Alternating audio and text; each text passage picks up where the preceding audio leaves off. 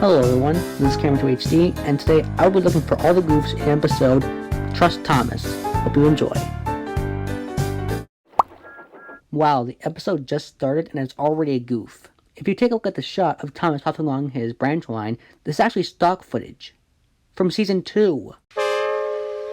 Good morning, he whistled to some cows. Wait a minute. Go back. Why Why are there no wires on the telephone poles? And how come there are no fences right by the track? A cow could easily stray on the line and be like in the episode, a cow on the line. But the cows didn't reply. Never mind, said Thomas. They're busy with their breakfast. Next, he saw Bertie. Hello, Bertie. Care for a race today? But all Bertie could say was, ouch! That's another hole in the road. I'm sorry, Bertie, smiled Thomas. Thomas was still in good spirits when Bertie arrived at the next station. Why is there still no wire on the telephone poles? Bad luck, Bertie. Now, if you were a steam engine, you would run on a pair of reliable rails. Huh, replied Bertie. The railway was supposed to deliver tar to mend the road 2 weeks ago. You can't trust a thing that runs on rails.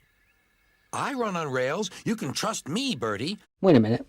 Go back. You can trust me, Bertie. What was that noise when George Carlin said trust? It almost sounds like tapping. I'll see if I can find out what's happened. And Thomas puffed away towards the big station. Why is there still no wire on the telephone poles?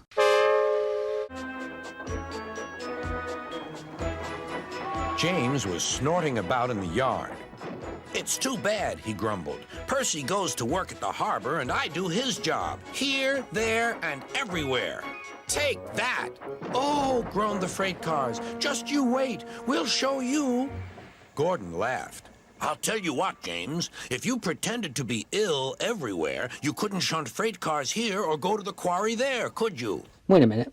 Go back. I'll tell you what, James. If you pretended to be ill everywhere, you couldn't shunt freight cars here or go to the quarry there, could you? In that one scene, you just saw two goofs. The first goof is that the camera slightly moves up and down a bit.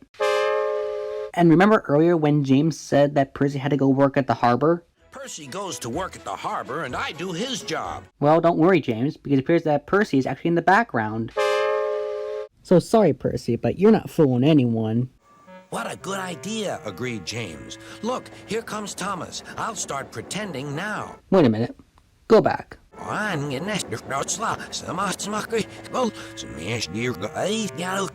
There's a freight car right beside James, but in the next shot, it's farther behind him. Thomas was sorry to see the engines looking miserable. Cheer up, he puffed. It's a beautiful day.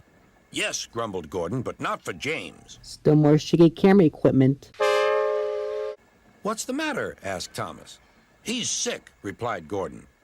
Yes, he is. I mean, I am, stuttered James. I don't feel well at all. Don't worry, said Thomas kindly. I'll help out if you're ill. Gordon and James snickered quietly to each other. Some of James's cars were coupled behind Thomas and he steamed away to the quarry. Why is there still no wire on the telephone poles? The cars were still cross. We couldn't pay James back for bumping us, so we'll play tricks on Thomas instead. One engine is as good as another. But Thomas didn't hear them. He collected all the stone from the quarry and set off back to the junction. Wait, Thomas is on the same bridge that Toby was on in Toby's Tightrope. So, why is Thomas on Toby's branch line? Danger lay ahead. The camera tilts up and down again. And also, what is this? Like, were workmen going to build a bridge here and it chose not to in the end and decided to leave it abandoned? Now for our plan, giggled the cars. Go faster. Why is Thomas smiling? He can clearly see the danger ahead. Go faster. They pushed Thomas over the switches. Slow down, called Thomas's driver and applied the brakes.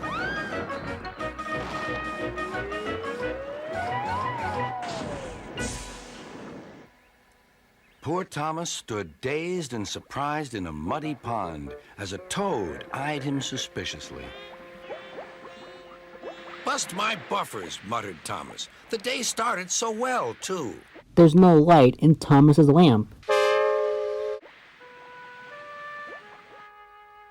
Duck pulled away the cars, and Edward helped Thomas back to the junction. Suddenly, Thomas remembered the missing tar. And suddenly, there's a light in Thomas's lamp. He told Edward all about it. That's strange, said Edward. A car full of tar has been left at my station. That must be it. Driver will make sure it gets to Bertie now.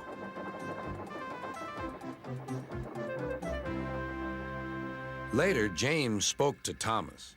I'm sorry about your accident, he muttered, and so is Gordon. We didn't mean to get you into trouble. No, indeed, spluttered Gordon. A mere misunderstanding, Thomas. All's well that ends well. Just then, Bertie arrived. He looked much more cheerful. My road's being mended now.